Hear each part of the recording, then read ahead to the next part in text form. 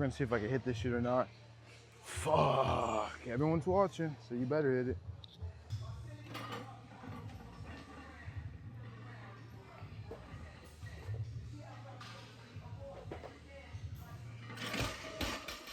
Hey y'all, Zach here. In today's video, we're going to be talking about what your deadlift variation says about you as a person, just depending on your stance or just the variation of the deadlifts, right? But before we get into today's video, I would like to shout out my workout program, right? This is the program that helped me get to a 635-pound deadlift conventionally. So again, it's only $5, less than a Big Mac, but more fulfilling. Right, so pretty much getting straight into the video. First things first, conventional. So if you're pulling conventional, you pretty much immediately assume you're better than everyone else. Why do I say that? Because I believe so too. I pull conventional. I mean, you saw the first intro in the video. I pull conventional. Conventional is, exactly what it says. Conventional. Conventional is a synonym to normal, or pretty much to, what you find to be the norm. In other words, it's the standard when it comes to deadlifting. And a lot of people really only care about conventional deadlifts. When they see a deadlift and it's conventional, they consider it, the highly respected, the upper tier. I mean, when you see someone do sumo, most of the comments are like, okay, that's cool, but can we see you do your conventional? Well, how much can you actually pull doing a regular deadlift, right?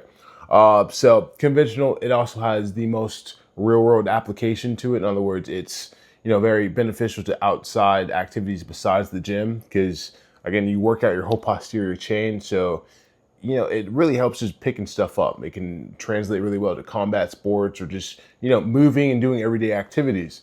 But pretty much what I immediately assume about conventional deadlift pullers is, I wouldn't say they're egotistical, but they know they're the best. They or immediately assume they're the best.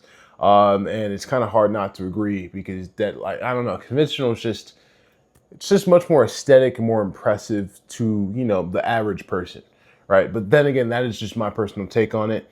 Again, as a personal conventional, puller, I've never really tried sumo, but I would love to try sumo one day. But I don't know, just as a conventional puller, it feels right. And again, the word conventional means normal. It means the norm, right? So that's for conventional. You just are kind of, think you're better than everyone else. You're the golden standard when it comes to deadlifting, right? Especially another thing for conventional deadlift, it's, when you pretty much going off of how much power or strong you are, conventional is probably the, golden standard again. But now we're going to get into trap bar deadlift. If you are doing trap bar deadlift, you are most definitely an athlete, right? You don't really take deadlifting seriously at all. It's like not a sport that you really train for, but trap bar deadlift is something that you incorporate in your training regimen to just build athletic, explosive power, not necessarily just insane strength. Because again, conventional deadlift is just pure strength. You're just building like strength. That's really what you're doing. Whereas trap bar deadlift is building explosive power, right? Think of something like plyometrics. You're trying to jump higher. You're trying to have more faster twitch fiber muscles, not just insane amounts of brute force or brute strength or anything like that. So if you're doing trap bar deadlift, I'm probably assuming you're either a basketball player or even a volleyball player, or maybe it's definitely a football player. Because again, you need to be fast. You need to be, multi-directional. You need to explode and stuff like that. So if you're doing trap bar deadlift, you don't take deadlifting too seriously, but it is in your workout program, and you're just doing this to build as much explosive power as you can. So that's trap bar deadlift.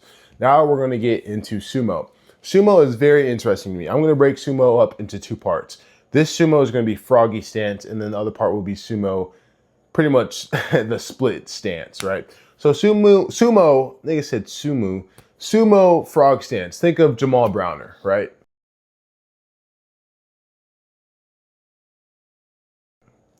Sumo froggy stance is honestly very respectable. I actually respect sumo froggy stance quite a bit, especially after I saw Jamal Browner deadlift, how much he does, and then he pulled 950 conventional, right? And he doesn't pull conventional. So I'm like, okay, it translates pretty well to your conventional. And the cool thing about froggy stance is it hits your adductors. So it really builds that, inner part of your thigh, giving your quads that nice, complete look. So if you do sumo, I'm just assuming like, okay, yeah, people shit on me for doing, sumo, but since I do froggy stance, I don't get as much slack because again, my fucking legs aren't like, you know, split open like a fucking ballerina or Stormy on the pole at 5 a.m. You know, dancing for some cash, right? That's a crazy analogy, and I'm so sorry for that. But yeah, if you're doing froggy stance, you're still a strong motherfucker, and your biggest goal right now is just to pull as much weight as you can. Like, I'm assuming you're competing, right? You're probably, you know, do this not for a living, but you take it very seriously. Like, it's more than a hobby, it's a lifestyle. So you compete and you're trying to pull as much weight as possible. And again, you probably do it for bodybuilding aesthetics, again, because I said earlier how it helps work that inner thigh, your adductor muscle, which is a big, serious muscle that most people are lacking nowadays. Because, you know, a lot of people just, it's a hard part to hit. You only have 2 exercises for that, or you have more than 2 exercises, but the biggest 2 exercises that come to mind to hit those adductors are obviously, you know, the abduction and adductor machine, or it's really just the adductor machine, you know, the sus machine, right? The machine you see girls hit all the time. And then obviously, you know, sumo froggy stance squat, or not squat, actually, yeah, sumo squat, sorry, and a sumo deadlift. But that's what I'm assuming, right? You're either doing it for bodybuilding purposes or you're just trying to put as much weight on the bar because you compete. So that's you. That's for froggy stance. For split stance, like for people like who do this.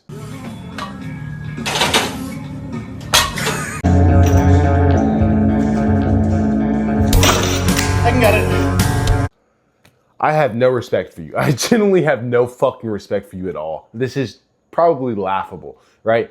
You're probably the type of guy who's like, I'm just going to put as much weight on the bar as possible, pick it up for 2 inches of ROM, and then tell everyone I could pull 700 pounds. You are despicable. Honestly, I respect you for being this scummy because this is just insane. The minute you post this on Instagram or any type of social media platform, you know you're going to get fucking laughed at, bro. You know the comments are going to be just roasting your ass, but you post it anyway. So honestly, I have respect for that. To be able to look at those comments and be like, I don't really give a fuck. Like, that's actually amazing because I still get mad at some of these comments and it's like, I've done everything right. It's whatever. But for you to be able to look at those comments and be like, I'm gonna do it anyway. I'm gonna do it tomorrow again. It's like, fuck, that's some big ball shit. Or you're just like mentally retarded.